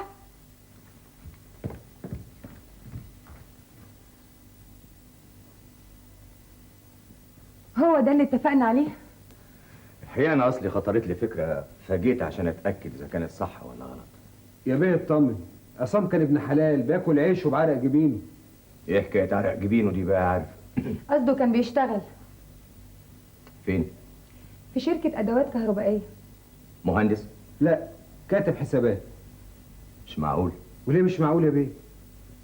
لأن رصيد والدته في البنك ما يخلوش يشتغل شغلانة زي دي ويتعب ويشقى عشان مرتب بسيط بالشكل ده. بس جايز إحسان هانم تكون كدبت علينا لما قالت إن عندها رصيد ده في البنك. في الحالة دي يبقى لازم تتأكد بنفسك. المفروض كده.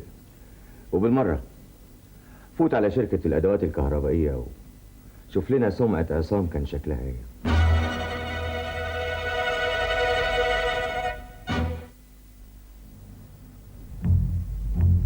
واشمعنى انا بالذات اللي لجأت لي؟ لأنك هتكلمني بصراحة ووضوح.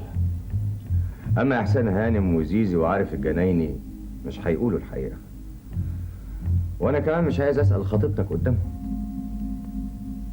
انت عاوز تعرف ايه بالظبط؟ الأيام الأخيرة في حياة عصام. مالها؟ أكيد خطيبتك كلمتك عنها. ايوه، بس لاحظ ايامها انها كانت لسه صغيره. في حاجات مش ممكن الإنسان ينساها مهما كان صغير. اخر ذكريات سهى عن عصام كانت في اليوم السابق لموته. كانت ليلة صيف والدنيا حر. كانت الساعة حوالي 2 بعد نص الليل. سهى قامت من النوم عطشانة وراحت عشان تجيب مية من التلاجة. فوجئت بعصام ابن عمتها طالع السلالم يجري وفي ايده شنطة.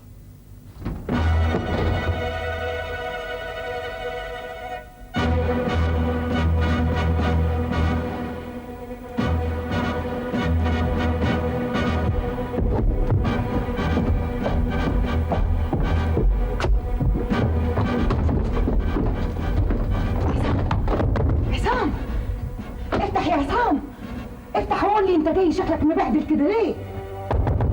ايه الشنطه اللي جايبها في ايدك دي؟ مش عارفه. وسهى عملت ايه؟ نسيت انها عطشانة ورجعت تاني اوضتها.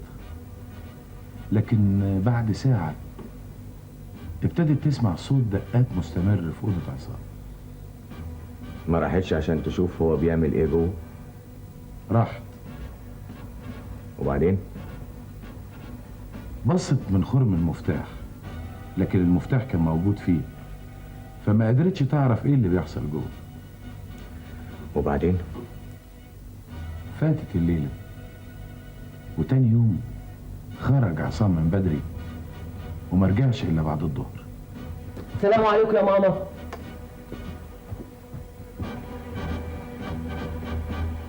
ان كنت حضرتك لسه زعلانه مني عشان اللي حصل ليله امبارح، فانا مستعد اشرح لك كل حاجه، بس بشرط. شرط ايه يا ولد؟ انا ماما. انت ست الكل، بس توعديني الاول انك تنفذي لي الشرط بتاعي. قول يا عصام. انا محتاج ان حضرتك تسيبيني للاجي لوحدي قد ساعتين. لوحدك؟ ايوه، موضوع مرتبط باللي حصل ليله امبارح. طيب مش هفهم بس ايه الحكايه؟ بعدين ايوه بس علشان خاطري. منك انت يا شقي، بتعتمد على اني ما اقدرش ارفض لك طلب. عايزني امشي امتى يا عصام؟ من الساعه 10 للساعه 12 بالليل، وما تنسيش تاخدي سوا وعم عارف معاكي. وفعلا خرجت احسان هانم وسهى ومعهم الجناين. ورجعوا من امتى؟ الساعة 12 بالظبط.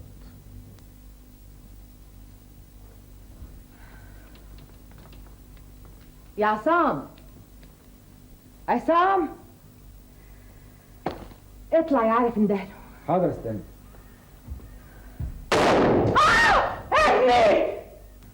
وعلى بال ما وصلوا الأوضة وفتحوا بابها كان القاتل هرب. وايه تفسير طاهر للحكايه دي؟ لو كان عارف كان قال لي.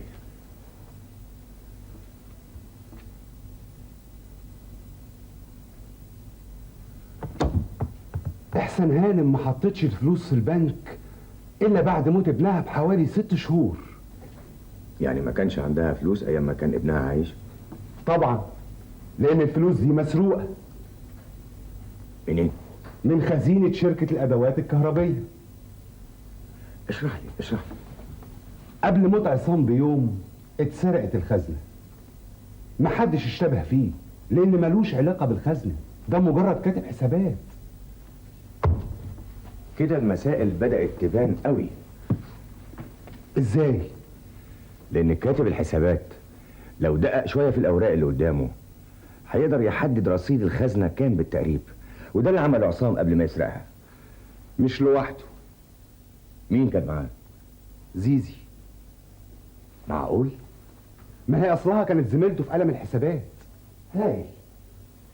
وبعد الحادثه قدمت طلب بنقلها للمحله الكبرى. وجدي استنى اسمع. زيزي كان مرتبها كام لما كانت بتشتغل مع عصام؟ حوالي 27 جنيه. 27 جنيه؟ وتلبس بالشياكة دي؟ دول ما يكفوهاش مانيكير وبيديكير وأدوات تجميل. قصدك ايه بالظبط؟ تقول لنا عن المصدر اللي بتجيبي منه الفلوس دي كلها. دي مسائل شخصية. فعلا. بس الأمر لما يكون متعلق بجريمة قتل يبقى من حقنا إن احنا نعرف.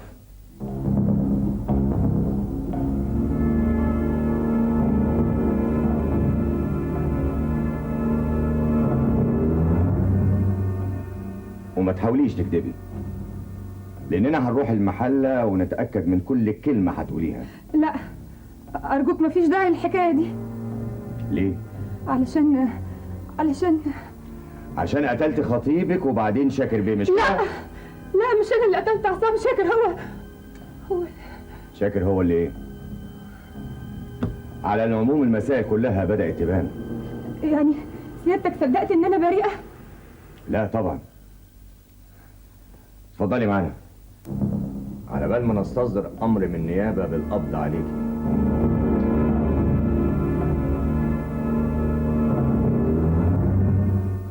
بتهمة ايه؟ الاشتراك في التدبير لسرقه خزينه شركه الادوات الكهربائيه. زيزي وعصام عرفوا رصيد الخزنه كام. اتفقوا مع شاكر على انهم يسرقوا الخزنه، وفعلا تمت السرقه. عصام خد الفلوس وحطهم في الشنطة وراح بيهم البيت عنده في الليلة السابقة على موته. تاني يوم اتقابل مع شاكر واتفقوا على انهم يصفوا حسابهم مع بعض. اختلفوا. شاكر ضربه بالنار لما حس انه غدر بيه. طيب ليه زيزي ما بلغتش عنه؟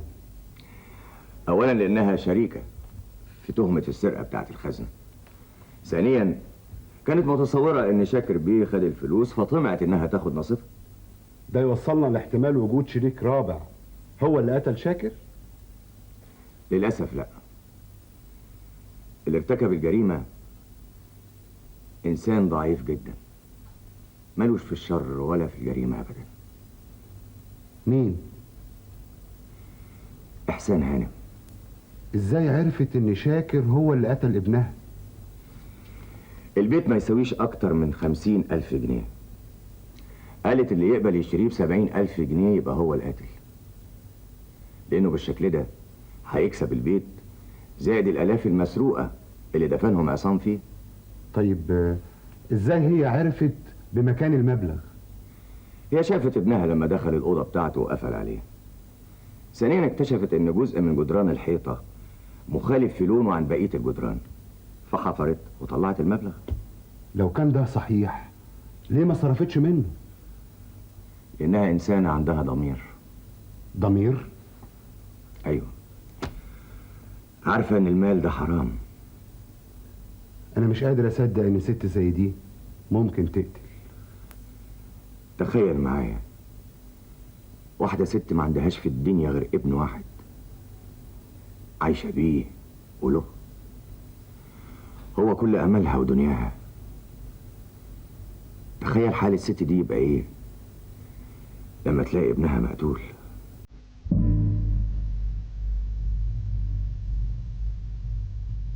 اتعرضت إحسان هانم لأزمة نفسية بعد موت ابنها.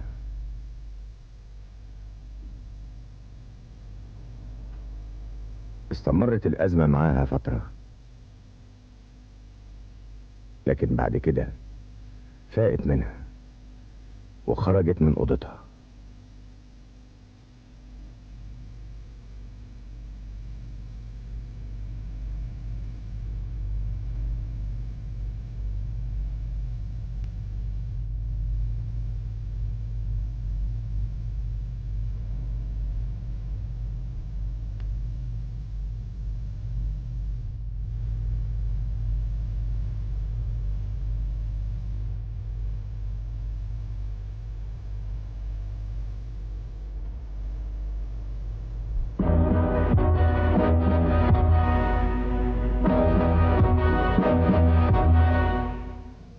خمس سنين متوالية، في كل ليلة بعد الكل ما يناموا تروح هي تجيب البندقية تنظفها وتعمرها،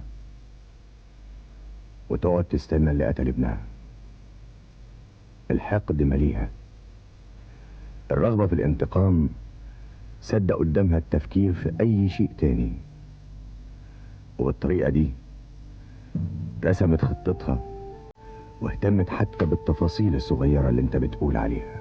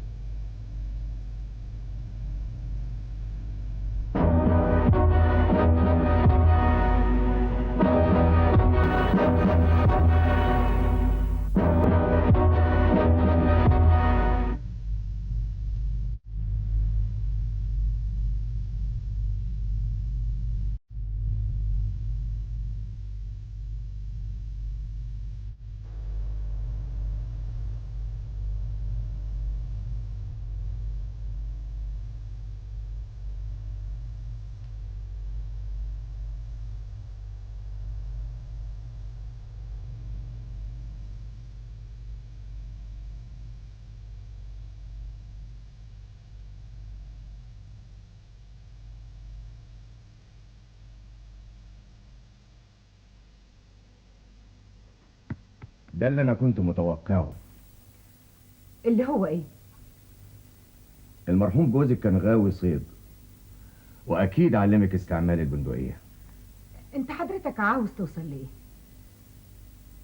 انت ست ذكية وعارفة كويس ان القضية خلاص انتهت، وانك انت اللي قتلت شاكر بيه. عشان بعرف استعمل البندقية؟ عشان كده وعشان ادلة كتير تانية. ايه هي؟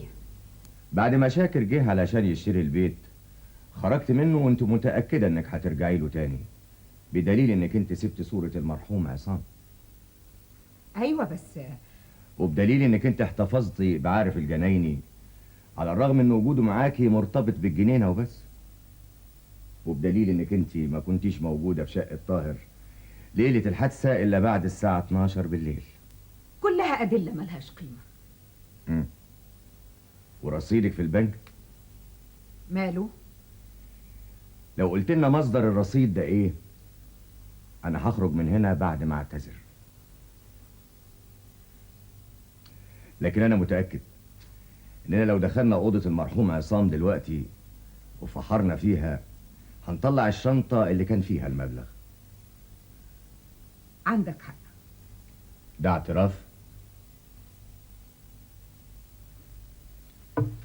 في الحالة دي عايز اعتراف مفصل بكيفية حدوث الجريمة.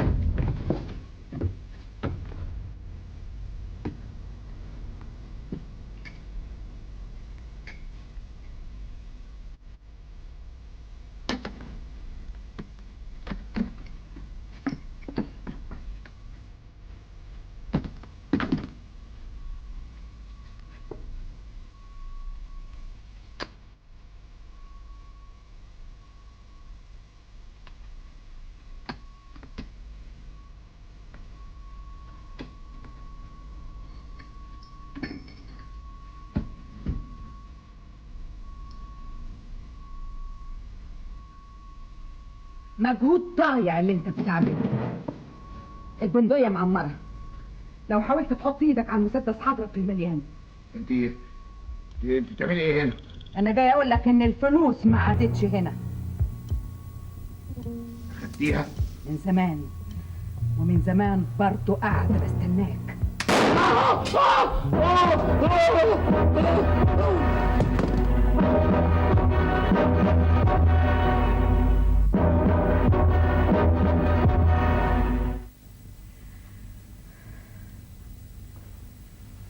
الباقي بعد كده معروف. الشمعة فضلت تنطفي مني كتير وأنا بحاول أزيل آثار البصمات من على البندقية ورتب كل حاجة في البيت بحيث أبعد الشبهة عني وعن كل اللي ساكنين معايا. فاهم. اتفضلي معايا.